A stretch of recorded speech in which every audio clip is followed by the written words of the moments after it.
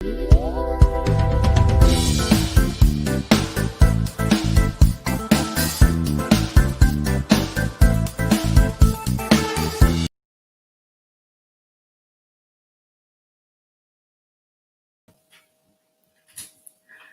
evening, good evening, good evening, good evening. We are live on today. What's the date today? I'm not going to say the date because that would then date this interview, right? It's Thursday. That's what you need to know. It's Thursday evening, and we are live for episode 3 of the Visible Women on LinkedIn series. Exciting. We're halfway there. So many wonderful guests we've had so far. Okay, we've had 2. It feels like so many, right? Because they had such deep content. We started off with Lolette in week 1, Lolette Hudson. And then we had JP last week, JP Jeanette Pierce. So today we have got another exciting guest. But before I introduce her to you, I need to know that my people are here and that you're live with me. So who is live right here on LinkedIn watching us, and also actually on YouTube? Because guess what? I'm streaming this to YouTube as well, randomly, right? I just thought, why not? Why not stream it to YouTube? But who is live on LinkedIn? Who is joining us this evening to listen to this interview, to hear some? It's going to be a good evening, right?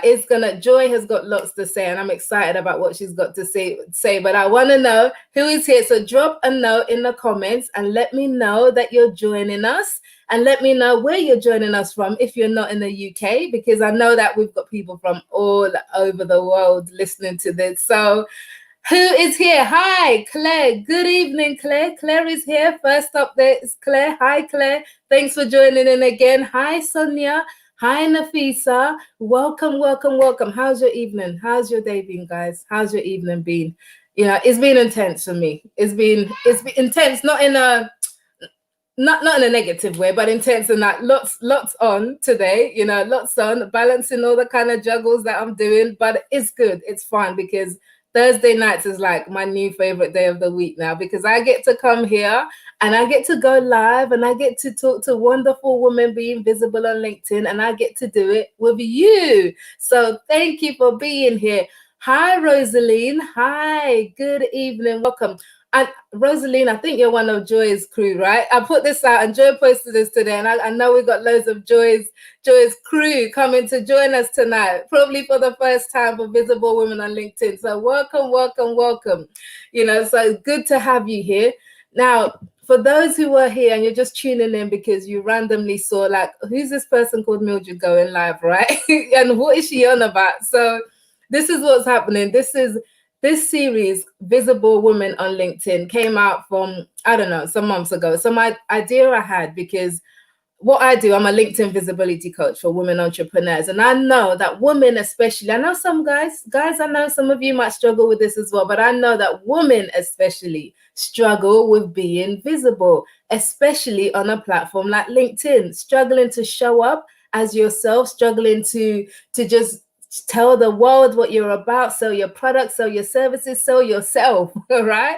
So I know that women struggle with this. So I thought, wouldn't it be great and wouldn't it be inspiring if we can line up some women who have either overcome this or on a journey to overcoming this, or being visible on LinkedIn, so we can hear their stories, find out about their work, about their business, and then get some inspiration and some ideas and some wisdom from them, and how we can all do it, right? So that's what the idea of this series is all about, Visible Women on LinkedIn. And I've been fortunate that the majority of these ladies have been clients of mine, but they are just amazing all in themselves. And I think you're going to love all their stories, and you're going to love Joy today, who we're going to talk to tonight. So that's what it's all about. If you want to make sure that you don't miss any of the series coming up, because we've got 3 more coming all the way up until the 10th of December, every Thursday, 6 o'clock GMT. If you don't want to miss it, here's where you've got to go, mildredtalabi.com/visible women, and just register there so I can send you email reminders. So you make sure that you set your alarm, bring your cup of tea or water or something else. Whatever you're drinking is up to you. It's in your own house, because we're all in our own house, right? Bring whatever you're bringing and join us for this series. So I am going to introduce Joy to you in a second, but one more thing on that note.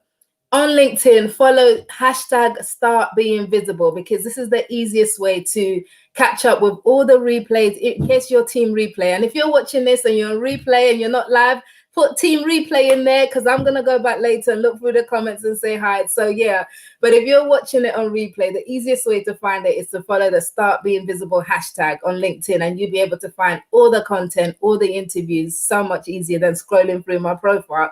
But okay, we are going to get started. Who is here? Who is here? Oh, we got more people in the house. JP is joining us again. Woo woo. Hi, JP. Excellent interview last week. People loved you, and I love it. I love it that you're here again. Faith is here. Faith says Joy is a rock star. We're going to find that out very soon, aren't we? Hi, Marina. Hi, Erica.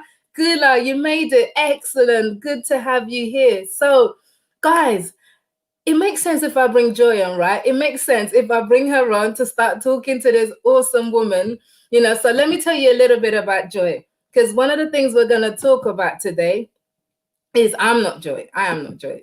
I won't put that on until Joy comes, right? I won't put that banner on. But one of the things we're going to talk about today is the whole balancing a side hustle with your day-to-day job. Corporate job. Now, Joy doesn't have one side hustle. She doesn't have one. She has several, but she's also very, very well established in her career, and she's a trade finance banker.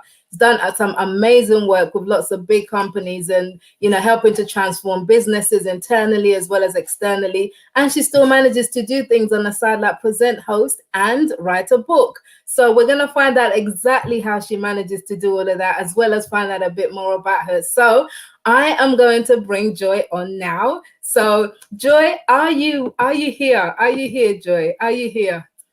Hi. Yes, I'm very happy. I'm trying to work out how I stay on camera. Yes. Okay. Hi, everybody. Hey, right there is perfect. Hi, Joy brings so much joy, doesn't she? Just bring so much joy. I'm trying small by small, little by little. Hi, everyone. It's so exciting. Oh, lovely, lovely. Thank you so much for joining us tonight. And we're going to get into it, you know, because I want to make sure every bit of time that we have tonight, we get to know you and hear all the stuff that you've got to share with us. But let's start with you telling us in your own words exactly what it is that you do. Give us the day version, the day job, and then give us the moonlight, you know. Ooh, so we get the I like moonlight. All right. Well, hi, everybody. My name is Joy Omoregie. I'm a trade finance banker. I work for HSBC, actually. That's the day profile. And just ultimately, what is a trade finance banker? So between different businesses, it's helping them to facilitate trade with each other. So it's like, hey, I got to do this much trade with a company. All right, we'll give you what you need in between before you get paid, and make sure that you can then carry on that trade. That's basically what it is. And I'm currently supporting tech companies to carry on doing trade, especially in this time of COVID, where it's like, they have so many expenses to manage as well as lockdowns. So we're trying our best to keep them trading. That's what I do in the day. Excellent. That sounds exciting. How long have you been doing that then? How did you get started on banking? Interesting. So I never planned to be a banker at all. I had no desire to kind of be in a bank. I don't know why. I wanted to go into corporate social responsibility, actually. And ultimately, I got into banking by being headhunted. I didn't even know what headhunted meant. You know, I think when someone actually told me that's what happened to me, I thought that they'd got it wrong. Like someone was trying to hunt someone's head. But I was telling them that I'd actually got a new job by someone, you know, spotting my talent. So really, it was a networking event I'd been at whilst I was in another job, and someone who had met with me at that time. We then had lunches after, periodic lunches. I thought it was just hanging out and getting to know another professional colleague. They were getting to know me, and eventually were building something in their organization. And they were like, you are the person that I know will really set this off. And yeah, I was shocked, but 10 or so years later, I'm still in banking. I love that. And the reason I love that story is that this seems to be like a theme that is already forming in this Visible Women on LinkedIn series, right? And it's this whole idea of relationships being key. You know, the people that you're connected to, the people you're connected with are key to your destiny. So was that the first time, and was that the only time you've had that kind of your relationships built, turn into something work-wise, or has there been more occasions? I think I'm unusual. In fact, I'm very sure I'm unusual, but I would call myself probably a serial relationist when Oh, I it like comes that. to my career progression. And I would add on to that highly unintentionally, because typically what would be happening is what I think happens to a lot of women. You just get stuck in with your work and you're just focused on, I just got to do my job. Okay, fine, I've heard, yep, let me just do my job. And I've got to really do a great job at it. So that's all I really cared about. And what would then happen is I'd get like a tap. And that would come by way of a call, an email, a conversation, somebody, a meeting even, somebody saying, hey, Joy, look, we're about to do this thing and we really need you. I'd be like, what do you mean? I've never done that. I've never heard of that. What do you mean you need me? And it's so funny because I think that I've been approached for many of the things that I've done and initially almost tried to talk the person who's asking me to do it out of it. Like, are you sure? Are you sure you mean me? Are you sure you want me to do that? And they literally having to say, yes, Joy, it is you. And it's because of X, Y, and Z that we've seen you do consistently. So I think there's something in that about women not necessarily recognizing what you give off in terms of what you actually can do, and also not being able to actually articulate it. So owning it and actually articulating it. Someone was telling me what I was good at and why they wanted to give me a step up of a job or a role or an opportunity. So it's happened a number of times in my career so far. I love that. I love that. Serial relationist. Yes. If that's not trademarked, right? You heard it here first. You heard it here first. It was I absolutely love that. We've got some new people joining us as well. Hi, Chris, Fiona, Rachel, Christiana, and LinkedIn user. We always get LinkedIn users whose name I don't know. I don't know if it's the same people, but thank you anyway for joining us, right? But Joy, that's great. I love that. So that's the corporate side of what you do. So which is the banking. So now the other side of what you do. Tell us about that. The other side is really interesting. So I'm the eldest child, I'm the eldest grandchild. So I think wired into me was this kind of desire to help people up. I've got lots of people who are, when I say under me, I just mean they were born after me. So it's always like, you're the role model, you set the example, you do this. And always, all that was in my mind from a young age. And so I was always having inspirational chats with cousins, family, and friends. I was always, trying to inspire, not intentionally, just like, you can do it, guys, come on, be better. When people would, maybe mess up slightly on their journey, it was always, right, you need to go and speak with your big cousin. You need to speak with your big sister. She will help you have sense, for that. What I then saw was that translated into my career. So we are talking today about being your authentic self. And I think that is intrinsic in who I am, this motivator, inspirer, whatever you want to call it. But I believe people are great and there's greatness in everyone. And so that led me really to bring that into everything that I do, whether I was hired to or not. And I guess the reason I'm calling that out is because, yes, I'm a banker, I'm a trade finance banker, but I also became an accredited performance coach in work. And becoming an accredited performance coach in work, it was something that something that they've seen, again, a relational conversation triggered that. And once they were able to see I could do it, I went out to a country and transformed the sales team from terrible, worst in the region, to number one within 3 months. I used all kinds of innate joy giftings and talents, as well as the training that I had accelerated through. And what I then started to see was that I actually can not just transform the internal banking world, but there are so many other individuals who want to be better, want to do better. And I've been motivating people for a while, but I haven't actually intentionally provided an offering for people. So what happened is I started to be approached when I was presenting and hosting. So I guess if we look back for 10 years, I've looked after a media team for my church. Now, my church is not any ordinary church. It's Jesus House for All Nations in Brent Cross. And there are typically 3,000 people who come every Sunday.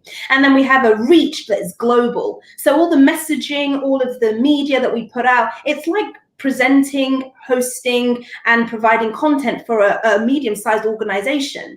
And so I had management over that for the last 10 years or so. And in that, it's given me opportunities to speak at events where there are up to 45,000 people, interviewing in large arenas, leading and hosting events where 300 to 1,000, etc. type people over multiple days, and building content every single week diligently with a production crew, a team of casters, and a content team.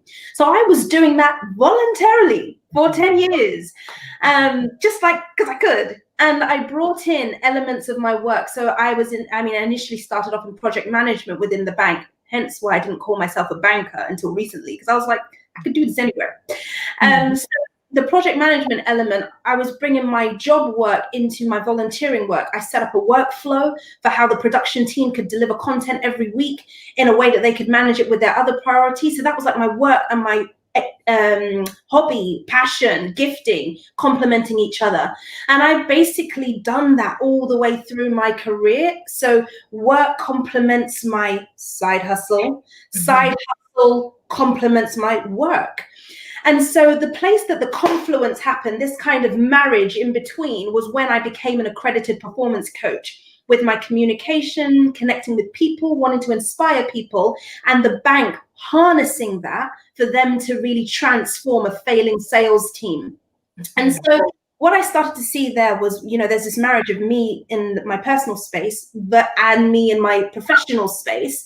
And that basically led me to start looking at some of the other things people tapped me to do. So in addition to the media platform that I was looking after for my church, I then started getting asked to host other events that were not church related. This really took off in 2018, where after 8 years or so of doing this voluntarily, people started saying, we want to fly you here, or we want to pay you big sums, or we want to. I was like, what do you mean? That's when I started getting nervous, because I was going, wait a minute, you mean this is like another business? It's so strange. I couldn't believe it. But yeah, I was at the United Nations, invited along there, or along the communication and journalism route.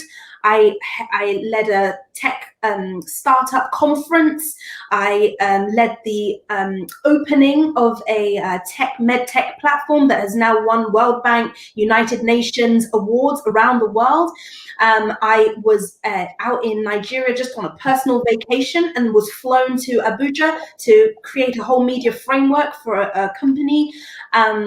I led a fashion show. It's like a whole fashion showcase of 4 seasons, and was on stage looking very glamorous, but presenting. I've done women's conferences, and I recently did the BYP leadership conference as well. I just did the YA youth conference to Wow. So ultimately, you get it. Like, a lot has been going on.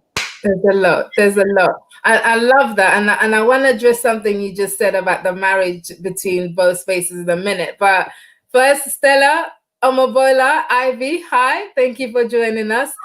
Faith says, that is fantastic. Being visible and your talents and skills making room for you. Absolutely. That does happen when you're visible. And a LinkedIn user, I don't know you, says this is amazing. Using your gifting and your passion and being creative. That's what we're put on earth to do, right? Use our giftings and our passions and be creative, right? Yeah.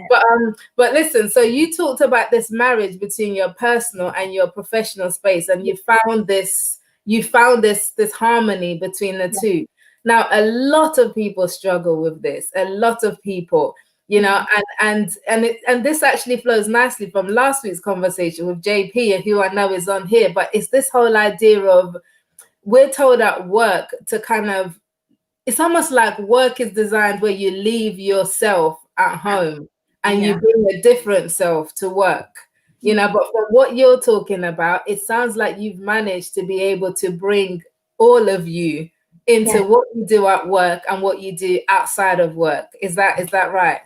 Yes, and I will elaborate on that a bit more. So with the corporate world, what I have seen so far is that my journey into it isn't dissimilar from a number of others, which is you kind of fell into it. The corporate world can sometimes have barriers to entry and be quite difficult for people from similar backgrounds to mine, working class, first generation immigrant, to actually get in. And so when you fall into a role, you typically just want to keep it. The salary might be more than what your family had experienced before, etc. You don't want to rock the boat, basically. And I find that when you are being your authentic self, you worry about the risk of rocking the status quo. Is it too much of me that I would be bringing? Maybe others don't necessarily express the way that you do, or have the same energy, or maybe even look the way that you do. And all these things, they can sometimes be barriers to you being your full authentic self. And I struggled with this. I was never overcome by it, but I certainly struggled with how do I strike the right balance. My name is Joy, and anybody who knows me knows I am joyous. So when you're in a banking environment, some people, that's just not how they operate. Some have been in their industry for 20 years, and the way they operate has worked for them, but it may not be my right. And so why does their right have to be my right if I am doing the job that's required and excelling in that? And I found that I needed to basically understand the environment and understand how I could show up in it. And the other thing that I would say is that I became more empowered in my right to choose. And that was my right to choose what I do. So yes, I fell into certain roles, which in my opinion later, they weren't that great of a fit, but I had to be persistent and not give up and, grow, even though it was hard. And at a certain point, I got my voice and I was able to say, I don't want to do this. I want to do this. And in that, when I had started to make those choices and changes, which you have to be bold to do, these things don't just fall in your lap. You have to hunt them. I thought, like in comprehensive school, people will just spot you and give you the opportunity, or you just get progressed. Or no, it doesn't happen like that. And so once I was able to start saying what I want to do, developing where I knew I had strength, that's when my talents really started to complement each other and the harmony happened. I've had many roles where I felt like a square, what did I say? A square peg in a round hole? Yeah, I think that would work. I have that a number of times, and it's not been fun at all. Yes. Okay, definitely. So key there. You talked about developing your power, the right to choose. The right to choose. Yeah. And that's the thing. It is a choice, because sometimes it feels like it's not a choice. Sometimes, especially as you're climbing up a career ladder, right? Which you've done. You've gone from a junior position and you've gone up the ladder. So how do you, because sometimes they call it FOMO. I hate that term, fear of missing out, But how do you make those choices and know that, okay, and be okay with it, and choose to maybe say no to that opportunity that seemed like such a great opportunity, and be okay with it because it's not part of your authentic self? Okay, so I'm going to be so honest with everybody. This type of empowerment actually feels quite recent. I would say only in the last 3 or so years. And I mean, my career journey has been 12 years or so now, and possibly slightly longer. So the thing that I would just ultimately say is, it comes when you realize your value. It comes when you realize what you're bringing to the organization. And I had to switch from a place of kind of scarcity mindset to abundance mindset. And what do I mean by that? Ultimately, that you can go from a place of saying, I need this job, I need them to need me, and all of that energy stops you from recognizing what you're actually bringing. They need you. They need you. They need me. I might not know everything at that moment, but they need me for what I'm hired to do. And in every role that you're in, the being kind to yourself looks like every role starts with a base and every role requires continuous learning. So I used to always look at it like, oh, if I don't know what my colleagues who were there before me know, I'm somehow lower than them. I'm somehow deficient. No, I'm not. I just need to put in the work to upskill, and also they need me for what I'm there to do. And once I started to really recognize that, I put in place plans, goals, I had targets, and I also had confidence in my ability and value. That is when I started really making those moves and having a voice about my career. I love that, and that ties in nicely with the question. I think Rosalind, I think Joy has kind of answered that question now, isn't it? Rosalind, am I saying that right? Rosalind was saying, how did you get to the stage? I've seen you for ages. Okay. So how did you get to the stage of finding your voice and the right to choose? And I think you've kind of touched on, as in it was a gradual process, right? To an extent, but you see, that gradual process, and we're going to talk about this a little bit later, but that gradual process is what triggered me to write a book. Why do I say this? The reason I say this is because, yes, to your point, Mildred, it was a gradual process. And for everyone who's on this line, including me, we don't have time for the gradual process.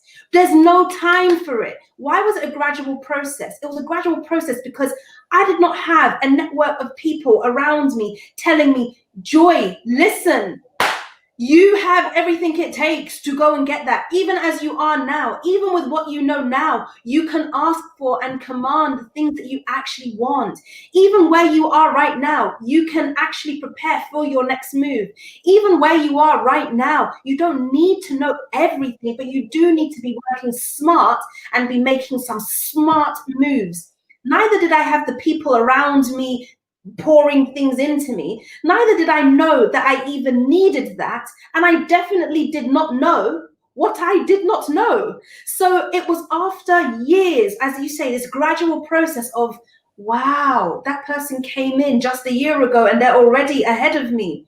Wow, I've been here for 5 years in the same kind of space, and I don't even know how to move up. Wow, I have no confidence really in my kind of annual review process. I just basically don't want it to go bad. I don't know how you can use it to really help you or to sell yourself or sell what you're doing. I was just trying to hold on to a job for a long time, even though there was brilliance, excellence inside that needed to be harnessed and driven forward. So I learned a lot, and the coach in me converted those learnings into a book. I love that. And we are so going to talk about that book. We're going to get there because I know everybody wants to hear about this book. Joy's book, Woke at Work. What a great title, right? Work. We are so going to talk about that. But listen, right? So LinkedIn user says, this is so good, Joy. You are so encouraging. Beth, you're one of our mystery LinkedIn users, right? Yes, girl. You can do it. You can do it. Yes, that is awesome. Matthew, hi. Matthew says, thanks for this opportunity. Christiana, yep, you have to place value in yourself. Absolutely. And make them need you, says Gula. Yeah. So you know it. Mm-hmm. Yes. And Grace, hi Grace. Grace says, recognizing your value as an asset is so liberating. Well said, Joy. Chris is loving it too. Yeah. So Joy. Who else have we got here? Hey, Claire, great tips, Joy. Christiana says, I learned not to be afraid to walk if you're not valued. This is so great to listen to. So true. It's very, very true. Joy, from what you're saying, there's an element of mindset that's important. Yes. I know mindset is like one of these big buzzwords like authenticity and mindset, and coaches especially talk about it all the time, but that's because it's important, right? So can you touch on that a bit in terms of what kind of mindset work did you have to go through to get to where you are today? Okay, so something I have to just land in here is I have a very, very strong Christian identity in the sense that regardless of whatever is going on, I have a real centered sense of purpose. That there is a reason for me being in a situation, and there is an intrinsic value that is upon my head. Now, the interesting challenge there is entering into the corporate world or entering into any kind of workplace where people assess your value against somebody else. You can quite quickly forget that. As much as it's something that you boldly step in, whatever that is for you, you can quite quickly forget it when there's pressure, when there's a lot going on, when there's competition, when there's loads of factors around you. So one of the things that I've really, really learned to do, and I'll give it to everyone on the line, I actually say it to myself, to my new team, and to people who I'm around who are going through workplace challenges. I always say, the phrase to say to yourself is as if you said it outwards, is, you need me.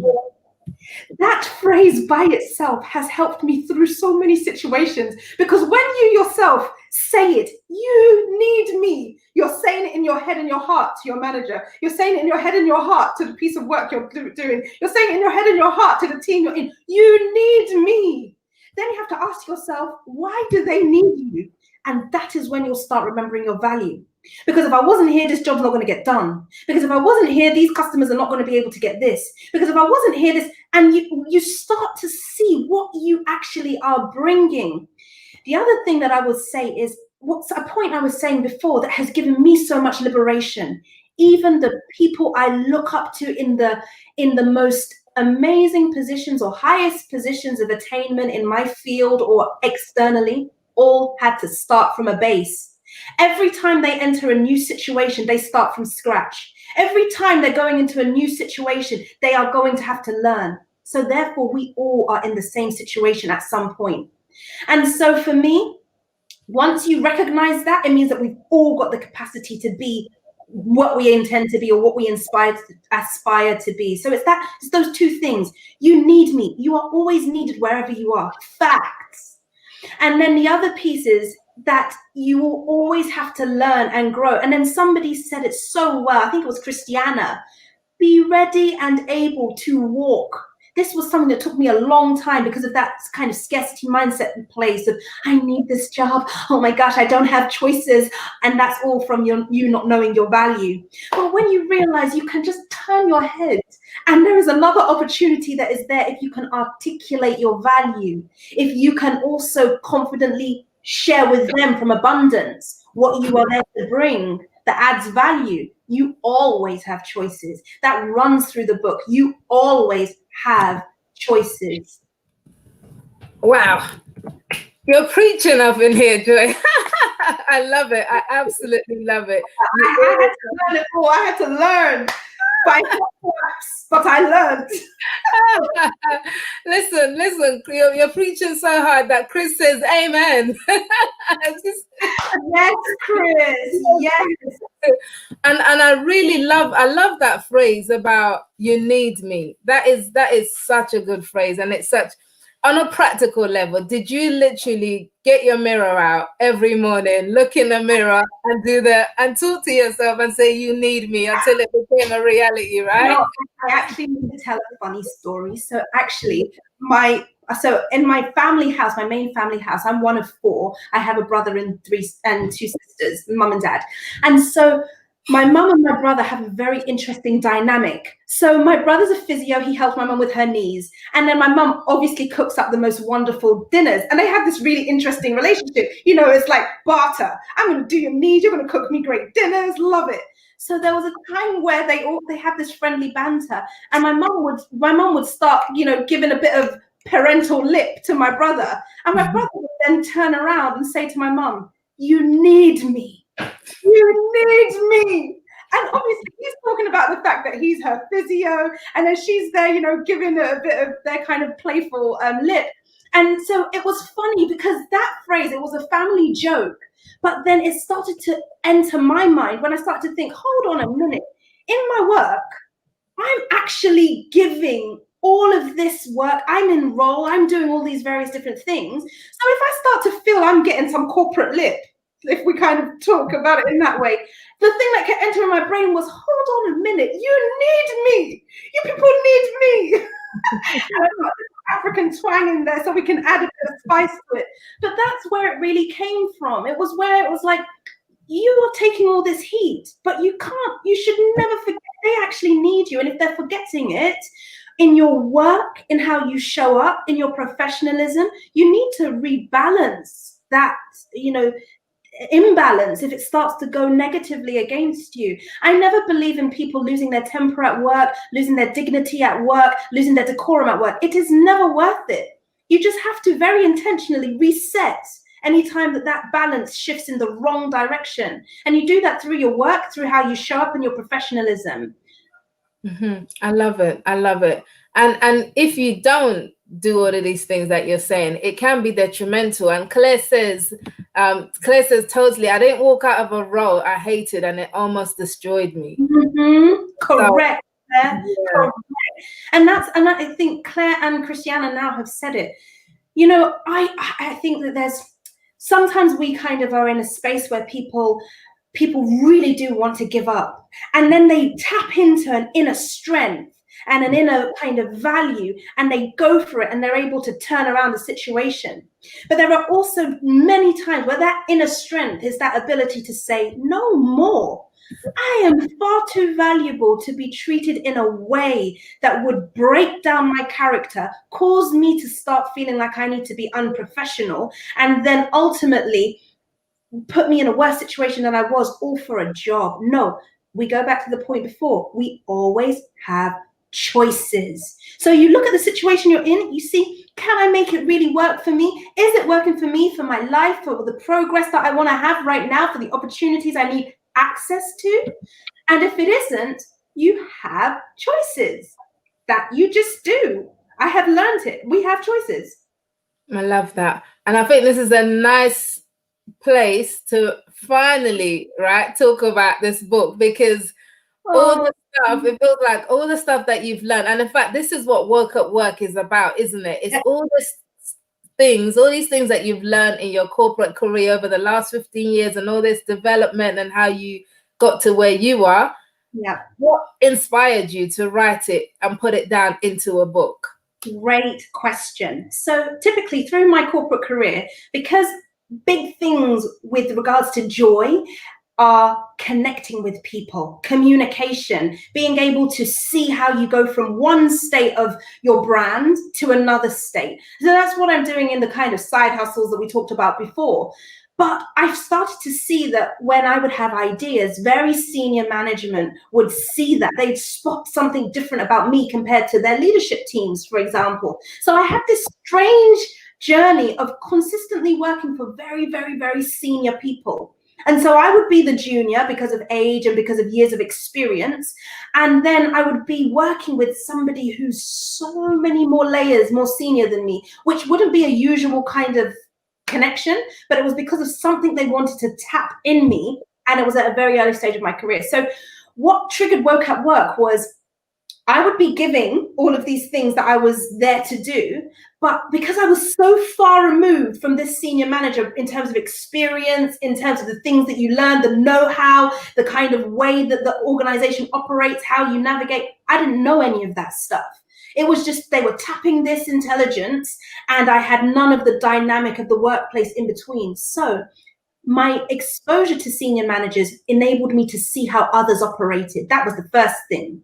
And then I had a number of mistakes that were made. They are just ignorance mistakes, like copying loads of people into an email, expressing immediately how I feel rather than working out, your position with people who are slightly more senior and then having them deliver the message, for example. Or if you wanted to progress into another role, launching it maybe 2 months before the end of year reviews are to be done. And it's too late then. It should have been a discussion you had 9 months in advance. Certain things like not feeling that I had to be the person to hide qualifications that I was doing because, it wasn't something that was part of the job, but actually celebrating that I was doing these qualifications and even asking for them to be funded. At the time, I was like, how can you ask a bank who's already paying your salary to fund the qualification? What do you mean? But this is the level of naivety I had coming into the corporate world cold, not having family and friends in the kind of dog eat dog corporate world, but they had been probably in councils or community type roles. So it was, I would say, 10 years or so of just observation, personal struggle, and then looking at a practical approach to this. So typically, when you experience something adverse that happens to you in the world of work, you have a few options. And I have certainly gone through that journey where you think, I'm being attacked because of something. I'm a woman, or my ethnicity, or my age, or any other thing. You may label that immediately as the reason why you're being targeted. Who knows? Then you go to the other place of, I don't have any options. Right now I just have to accept it. I just have to accept this and carry on. And then there's the third place, which I got to, which was, first of all, I don't really know the real reason why I'm having this adverse reaction. I definitely know that there are some things that I did not know, and this experience has taught me a lot. And if I don't want this thing to repeat again, I am going to have to really learn from it and take the lessons from this so that it doesn't repeat itself. So I started to study myself and study others. And that was what I was doing whilst working. So I'm the type of person, I'm a storyteller. I learn from my environment. Everything around me teaches me. So I'm not the kind of person that's a burrowed head down person. If a conversation happens, I was picking that up and taking mental note.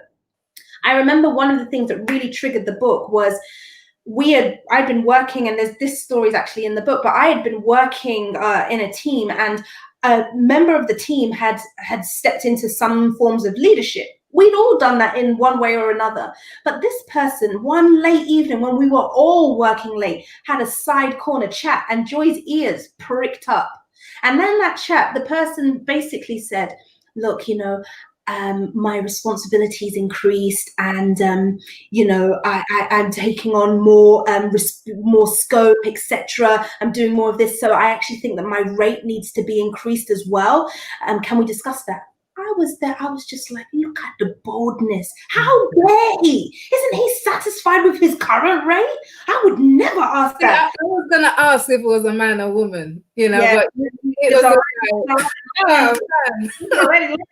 And at that time, I was like, but look, if the work increases and you're expected to do more and take on more responsibility, you should just be grateful that they think you're good at your job.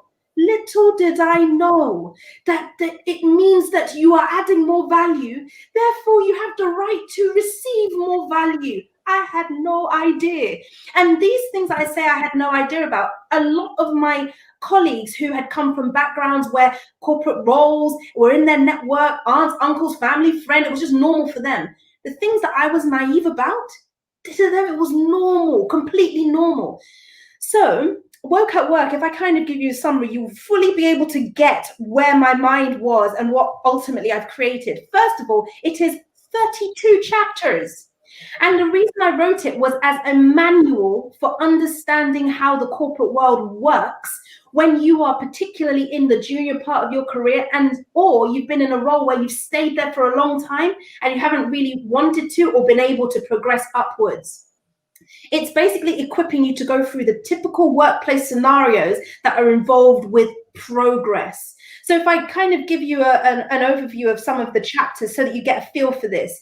A guide to the global organization, starting strong and staying focused in a new job, the attitude for acceleration, how you effectively prioritize your time to deliver results, being visible, the spotlight and shining. One, not being afraid to do that and doing it well. Mentors and sponsors, exactly their distinction and how to really nail them to support you on your progression. Team dynamics, how do you manage competition and progress within a team?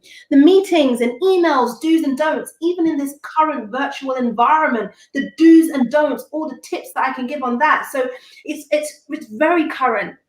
If you've lost your focus, how do you get that back? If you've made a mistake, how do you bounce back? A lot of times when mistakes and things were made, these things, if you don't bounce back quickly enough, you end up hindering your ability to progress. And everyone makes mistakes. Mm-hmm. As we as we continue moving on, it starts to talk about, you know, managing your career progression. So ultimately managing those core performance review meetings, managing your internal promotion and job move conversations, how you leave a role wisely, you know, moving from a junior to a senior, how you lead others, HR cases and navigating them. And then ultimately, I really do end the book looking at maintaining centeredness in yourself. None of us is a copy. We are all unique individuals with a specific intention and purpose in this world. Your journey is not married to your corporation or wherever you're working. Your journey is your journey. And now it may work well together for a long time, for years even. I certainly have been with my organization for almost 9 years, and I've had such a dynamic journey through there. So of course you can spend a lot of time in a place, but it's just to understand that you have choices and you need to stay connected to, are you getting from that place what you're giving? Is it aligned to the vision for your life? Do you even know what the vision for your life is? So I love it. There's a lot in there. Listen, you've already sold copies of this book, right? And it's not even out yet. It is not even out. Oh, that Tommy was says, I am so buying your book. I am so woke right now. Get it. And something that I would say about the book, because now you've got me on a roll. I may not let you speak again, Mildred. Because oh my gosh. We've only got an hour, right? And we're so much running out.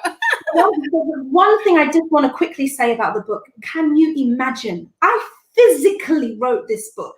However, I had to study it over the last couple of months in order to help me position myself for a new job opportunity that came up, a step up, a real step up. I literally verbatim followed my own book in order for me to know the steps to take, the mindset to have, the attitude to have when having those conversations. And I can't believe it. So I know that though I've written it, it's not just a resource for everybody, because I know it's not for me, but it is for me as well, because I'm still progressing too. So yeah, Mildred, sorry, over to you. I just saw that. No, all of that was brilliant. Oh my God, am I saying your name wrong? Aditya Tiwari. I don't know if I'm saying that right. He wants to know about LinkedIn and the brand. We're going to get to that. We are absolutely going to get to that. You know, there's so much stuff about loving the book. And Grace is like, I wish I had this book years ago. Better late than never. Claire, yes, Claire is asking, when is it coming out? And we don't have an official date yet, but I think the official answer, politicians answer it soon. It's so close. And Mildred, I'm sorry to kind of speak over you. It's just such excitement around it. The excitement you all feel is the excitement I feel being able to package this out, because honestly, I have had times where people are going through employment, like HR related procedures, where they've been put on disciplinary or performance improvement or something along those lines. And many have said it's unfair. Why is this happening to me? And there's been people from different backgrounds. I mean, okay, so there was one Asian lady, there were two Black ladies. I've had people, white ladies, Caucasian ladies go through this. And I'm saying ladies, but they're like my work homies who have also said, Joy, help me out in this situation. And the reason why I call that out is because, as I said earlier, sometimes it can be so difficult to know the reason specifically why you're going through it. And it may be obvious, it may be something that you think it is, but you can't prove it. So for me, I needed to create a book that gave people their security. It was like, this is my shield. Once I make sure that I've done my stuff, I've got myself secured, I'm making the right steps, the right moves, I'm not allowing myself to be swindled left, right, or center, or as I say, hot slapped by certain situations. Once you've done that, once you're aware and you can like dodge, you know, the various things that are coming, you then know that you protect your progression, you protect your choices, you protect your movement, rather than just being a victim of circumstances. So the book is written from an empowerment perspective. I don't allow for any victim space there, because none of us need to be the victim, because we have choices. It can hurt sometimes. It can be very frustrating when you go through work challenges. I've been there, I've certainly had a tear or two or more about certain situations, especially frustrating ones. But I need us to be empowered, because defeat, feeling like a victim disempowers people. It really does. And that there's no room for that. None at all. Mm-hmm. I love that. I love that. Honestly, we're getting so many requests for this book in the comments. Guys, listen, the second this is done, plug into Joy, connect with her on LinkedIn, get on her radar, however, right? So she'll let you know as soon as it's out. But it will be out in the next few weeks. Yep. It will be out in the next few weeks. So sooner rather than later, even in time for a Christmas present, right? You know? Yeah, absolutely. It is for us. When people said to me, how long did it take until you realize this, Joy, and it's a gradual process and all this, the reason I wrote it was so that you end up woke when you enter. Any situation, you are already woke. For me, I was sleeping for too long, imagining the idyllic comprehensive school system. Everyone can get an A if you work hard. Everyone will spot your talent. Great teachers out there. Listen, the real world out there, you got to be woke in work. And my woke wasn't necessarily this kind of newish woke. It was more the sleep to being in an awake state, but as a past tense, like you woke up by reading it. And now you woke at work. So the situations come up and you already know what to do. You already know the journey to take. You already know the steps to take. You already can anticipate what's coming up and you can plan ahead. That's what it means to me to be woke at work. You're not blindly going in oblivious to the ways that the workplace operates. So this is a tool to level up the information gap that I certainly suffered from for years. Love it, absolutely. Chris, yes, we will definitely announce when the book is out, but we will keep your eyes on LinkedIn, on Joy, and on mine as well. We'll definitely announce it, but listen, we have to talk about LinkedIn in the last few moments that we have, because of the fact that we are on LinkedIn, and this is about women being visible on LinkedIn, and I know that we're early in the stages of that journey for you in terms of really using LinkedIn as the platform to present all this amazing stuff that you are and that you do. So I guess my question really is, what made you think that LinkedIn is the place for you when you reached out to me about it? I felt like I was being a counterfeit to myself because I knew that LinkedIn to me had been only about my professional job, the banker job. But then my external life, woke at work, me as a presenter, a host, a moderator, an interviewer, it was becoming so big on my social media platforms. So on Instagram or on Facebook. So on Instagram and Facebook, I'm at Joyous Much. And so there, people didn't even know I was a banker. And so what ended up happening is I knew I needed to do that same thing about that marriage of my two worlds, the harmony of my two worlds that I spoke about earlier. I felt that for the LinkedIn world, they needed to know that I was also this personality that loves to communicate, is excellent. And I say that really because I need to step into that identity, because sometimes we are actually super good, but we don't want to say it's like, oh, be humble. I'm actually really, really, really good at interviewing, connecting with people, bringing life to events, enthusing and motivating. And if I can't confidently say that, then I hide it from people accessing it. So that's why I say it. I know I'm excellent at this thing, but I was hiding it. And I was hiding it because I didn't know how to put it out there in a way that wouldn't make my employers think I'm super distracted from my work. And, I separate them. I separate my side hustle from my day job, but they do complement each other in how I deliver them. Yes, and we're no longer gonna do that separation, and that's the journey that we're on together, right? Because it's a thing a lot of people can relate to, is this whole thing of my work person represented by LinkedIn, and then my other person, which is on Instagram and on Facebook. But LinkedIn absolutely is the place to bring the two together. We're not talking about sharing pictures of your personal life every day on LinkedIn or anything like that, but it's just this whole consistency between who you are in your work life and who you are outside of work life. It's still you.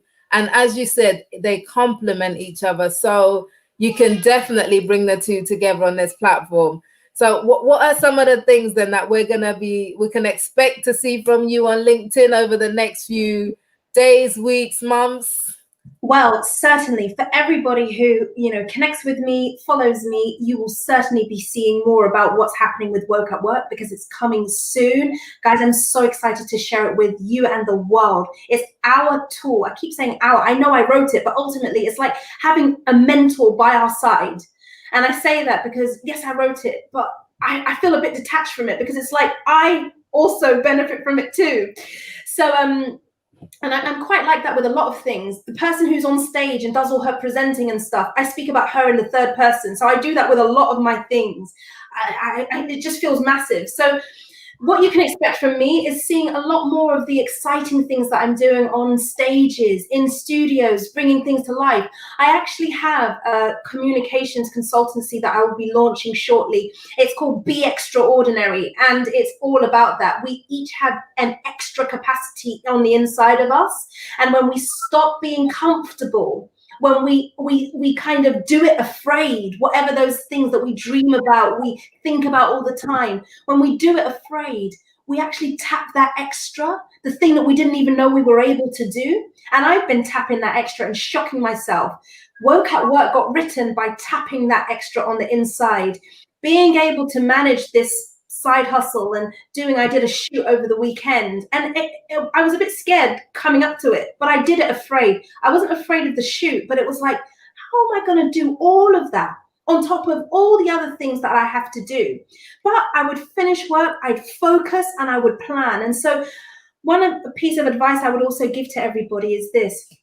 If you have side hustles, the worst way to approach it is to try and blend both together, like your side hustle and your work world, thinking about what you need to do in the side hustle as well as trying to deliver on your job, daydreaming. Oh no. Have we lost you, Joy? Have we lost you? Guys, can you still see? Can you see? I think we've lost Joy. Oh my gosh. And we only had a few minutes left of this. There you are. She's back. Oh. I'm back. Sorry, guys. Yeah, my internet just dropped for a second. But I guess the thing that I would say that in order to do a side hustle and a work job, you have to separate the two and give your attention when it's needed to both. So when I say give your attention to both, it's separately. In your work, just get it done and have your cutoff point so that when you then have your time for your side hustle, you can be intentional about it. You're not trying to finish off work because you were doing side hustle in day job. It's a lack of integrity, even for your employer and for your side hustle. So you need to separate it, give yourself your job. And then if you get to the point where your side hustle can become your job, either you find a job where you can do more of your side hustle in it and it pays you the right amount, or you're ready, you've saved enough to launch and do it similar to like what Mildred is doing like now, then you can obviously give 100% of your time to the side hustle. But before that, honor your job, because you don't want to get fired because you prematurely were lazy with your actual job, and then you affect your ability to do a good side hustle. That's it. So that's a perfect note to end it on. So as in, be excellent at work and be excellent outside of work in your side hustle. Extraordinary. Even better, be extraordinary. I love it. And that literally just means going for it, going for what you have in your own strength, resting as well, being able to celebrate yourself when you have achievements. And if you fail, being able to just say, you know what, everyone fails. Let me get up and start again. Everyone does. So being extraordinary is all of those things together. Yeah. I love it. I love it. Joy, it's been so great. Honestly, if we had another hour, we would be able to go on and talk about so much more, but it's been so great having you. And I'm going to let you go shortly, but I know everyone's biting at the chumps, as they say, too. How can they get hold of you? Is LinkedIn the very best place, or is there a different way that they can connect with you? Great question. So LinkedIn, it's Joy Omoregie, and you can see the spelling of my name there. Just connect with me, and I'm real kind of responsive on messages there. And also on Instagram at Joyous Much. So JOYOUSMUCH. And you can find out and see all the things that I do, and also direct message me there as well. It's the same on Facebook, but I think Instagram I'm more active. So those two channels for now, and then the Be Extraordinary Enterprise. is going to be launching shortly, as well as a show that's coming out, which is all about inspirational businesses and how they've tapped their extraordinary to do great things in the world. So that's coming out real soon as well. So yeah, guys. That is fantastic. I love that. I love Joy. Thank you so much for your time. We've got everybody saying excellent session, brilliant, so inspiring. You know, and guys, you know, Joy, when you get the moment, you can go through I think there were some questions we didn't get to cover in the comments. So we will go through them and give you some responses. But thank you so much for joining us tonight. It's been absolutely great having you, and we're so excited about everything that's happening in your life and what's coming up for you. And also, if anyone has any questions or you're going through things in your work or whatever the case is, you can DM me. You know, there might be a pointer or something I can share. Happy to help. Okay, brilliant. Right, Joy, I'm going to let you go. Thank you so much. We'll see you again later. Guys, wow. I have got like 1 minute to round up, but that was brilliant. That was so Joy, as you can see, is so passionate, right? And as all of you, as you're saying here, inspiring, awesome, all of that. She is all of those things and more. So we're grateful to have had her tonight. And this is exciting. I'm I love these interviews. You know how Joy was saying how she gets so much from her own book. It's like I get so much from these interviews. I absolutely love talking to these women, and this is just so amazing. So thank you for joining in tonight. The next interview is next Thursday at 6 o'clock, and I will tell you who we're speaking to on Monday on LinkedIn on Monday. So you have to check my profile on Monday, and if you don't already follow me, Mildred Talabi on LinkedIn, find me, follow me, and check my profile on Monday. Or even better, jump on the list, Mildred Talabi /visible woman, and you'll be on my list to get LinkedIn tips as well as updates about this Visible Women on LinkedIn series. But it's been great. I have had a great night. I'm refreshed, I'm energized, and I cannot wait until next Thursday for the next one. And I hope you'll be able to join us again next Thursday. So thank you so much, guys, for tuning in. Have a good night, and we'll see you right back here next Thursday at 6 o'clock. Take care.